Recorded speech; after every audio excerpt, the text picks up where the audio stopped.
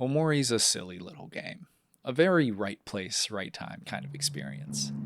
My early 20s were weird, and for some reason, games about loners really spoke to me. After his sister's death, Sonny becomes a complete shut in for years. And in what is essentially a last resort defense mechanism, he creates an entire world that he can only explore in his dreams. Headspace is safe. All the characters inhabiting it are cute, the music is fun and cozy, it's perfect. And whenever it isn't, Sonny, or more specifically his dream state counterpart Omori, forces himself back to a place where he can feel nothing. I love wandering through Headspace for all the reasons Omori might. If you haven't already guessed, Headspace is largely shaped by the ideal portions of Sonny's reality, and you can gain a lot of insight into his hopes and fears, what he thinks of his friends and family, and the place he lives long before you even get to play as our story's main character. Omori has a pretty dense combat system when you consider the length of the game. Something like this wouldn't have any problem supporting a game even longer than it already is, and Omori's already pretty lengthy. Its turn-based combat is built on bringing certain emotions out of your enemies and your party in order to influence the ways they perform.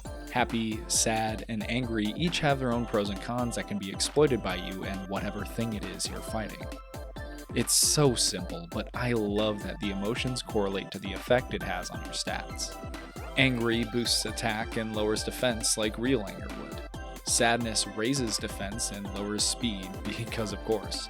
It all operates like rock, paper, scissors, with certain emotions dealing more damage to the one they're superior to, but every emotion has its use case. It's really clever and very fun in practice. It's also the only time we see our protagonist express sincere emotions throughout damn near the entire playthrough. Sonny, Omori's real-life counterpart, fails to express his emotions in any meaningful way, and it's made more impactful due in part to how far Omori can go with his emotional states and how they affect the core of the gameplay.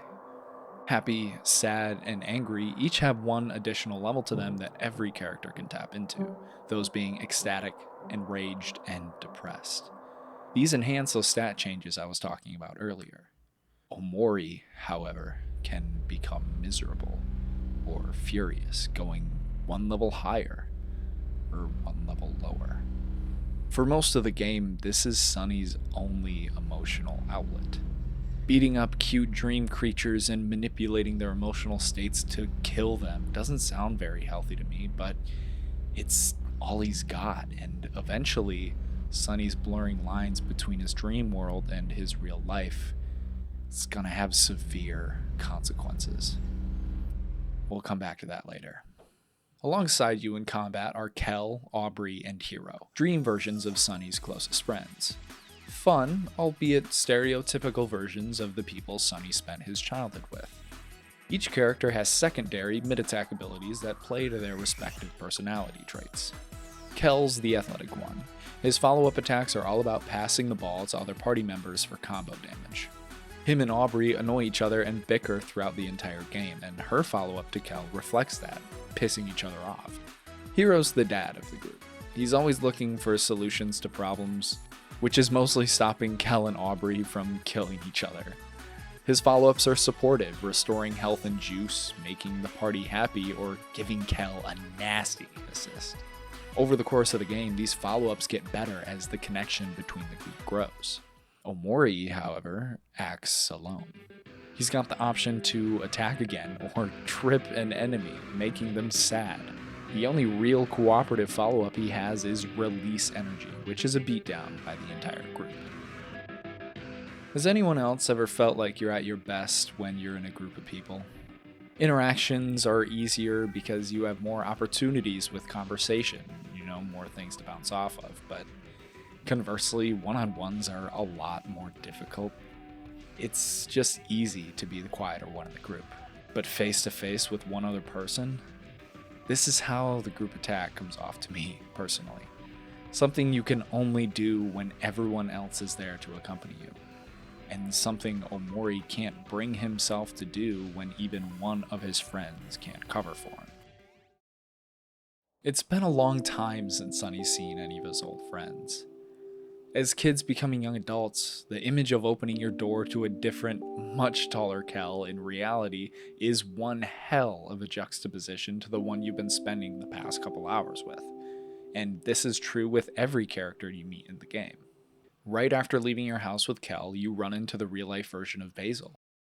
When you see him for the first time in what's supposed to be years, he's being bullied by Aubrey and her new friends. Basil seems pretty much the same as he was in Headspace, with his soft and passive attitude almost calling Kel and Sunny to come help him. But Aubrey is just completely different. She's confrontational, and not in the cutesy way she is with Kel in the other world. She's violent and antagonistic. She challenges Sunny and Kel to a fight. The fight is framed the exact way battles are in Headspace. Our portraits border a frightening illustration of Aubrey, who looks like she's been waiting for this. Kel throws his ball like he does in Headspace. Aubrey swings her bat. And Sunny...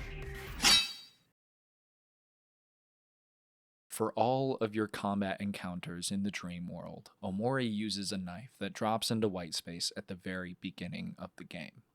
As his default weapon, I got really used to slicing and stabbing anything that got in my way. Even after the very clear allusion to Sunny's suicidal tendencies and methods of self-harm, it was especially easy to acclimate to because I know I'm just playing a game. OMORI spent so many years in Headspace that, to him, the real world operated the exact same way. And using the knife on Aubrey is a story beat that snaps us back just as much as it does Sunny. And I can't think of a better method of storytelling through gameplay than that. Meta-narrative aside, I really think this is one of the most impactful scenes I've ever seen in anything, because it's executed through our actions as a player.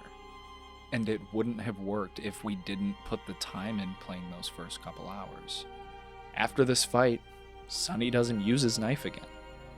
Rarely does he have any intention of hurting the people of Faraway Town. He's not a killer. It was just an accident. It was just an accident.